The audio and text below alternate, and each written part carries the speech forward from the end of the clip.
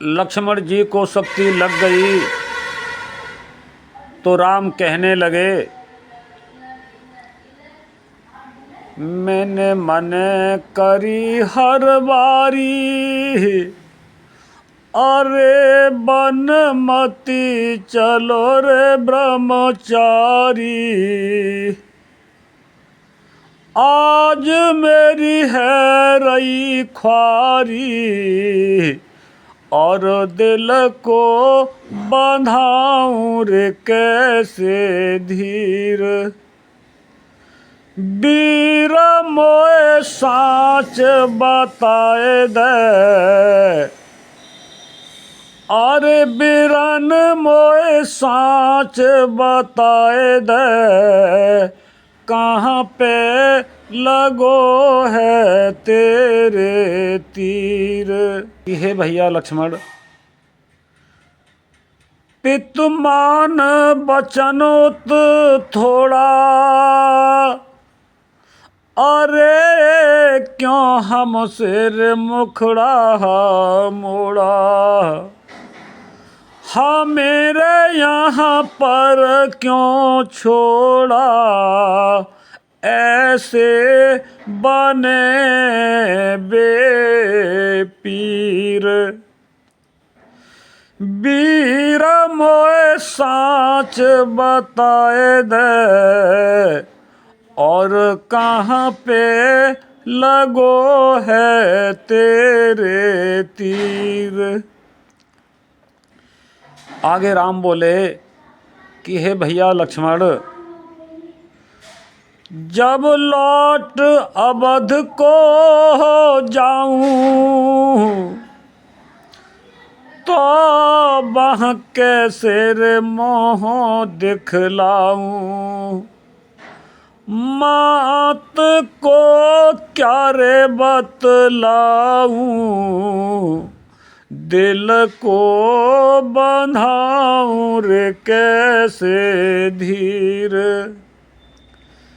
वीर मोए साच बताए दे, और कहाँ पे लगो है रे तेरे तीर। तो श्रोतागण बंधुओं, इसी बीच हनुमान जी सुषेण वैद्य को सोताई लेकर आ जाते हैं। जब सुषेण वैद्य को हनुमान जी ने जगाया तो वैद्य सुषेण कहने लगे, अरे मैं तो अपने रे घर पे सोया, और कौन मुझे यहाँ लाया है।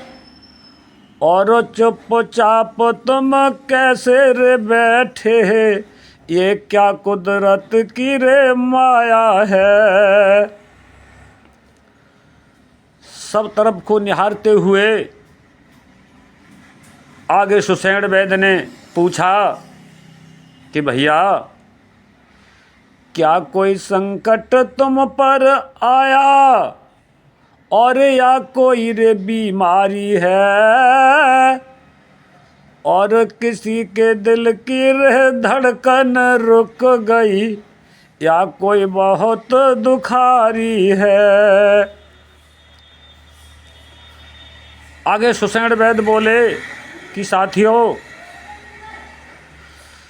अरे बता दो मुझको जल्दी, तुम हिलकी भर क्यों रोते हो।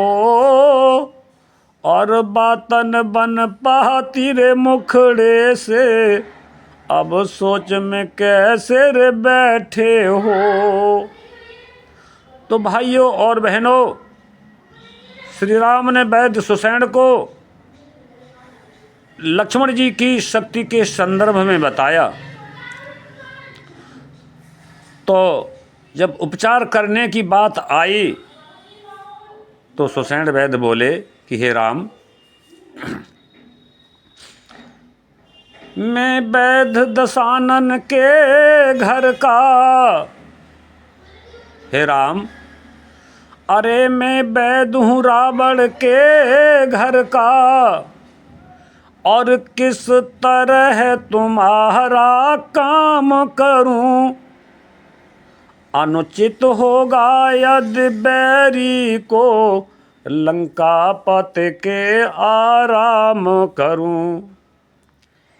हे महाराज, जब बात धर्म अधर्म की हो तो कर्मशील क्या कर्म करे, तो कर्मशील क्या कर्म करे। हे राम तुम आज्ञा देते हो इस समय सुसैन अधर्म करे। वैद्य सुसैन की बात सुनकर श्री राम ने कहा कि हे सुसैन वैद्य, अरे निज राज है तो निज धर्म गया। हे सुसैन जी, अरे निज धर्म है तो निज राज गया। सुसैन जी नीचे को दृष्टि डाल गए तो फिर से राम ने दोहराया कि हे वैद्य जी, ध्यान से मेरी बात सुनो। अरे निज धर्म है तो निज राज गया, और भाई जाए तो जाने दो, और उपदेश यही होगा मेरा, अब मर्यादा मुझे निभाने दो। साथियों, श्री राम की बात सुनकर वैद्य सुसैन हाथ जोड़कर खड़े हो गए और कहने लगे कि हे स्वामी, अरे तुम तो हो सचमुच ही धर्मावतार, और मैं दर्शन पाकर धन्य हुआ।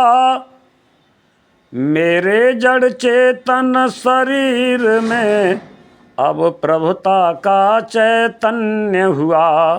हे स्वामी, इस समय धर्म चर्चा की थी, केवल ये परीक्षा लेने को, अन्यथा दास तो तत्पर है स्वामी की सेवा करने को।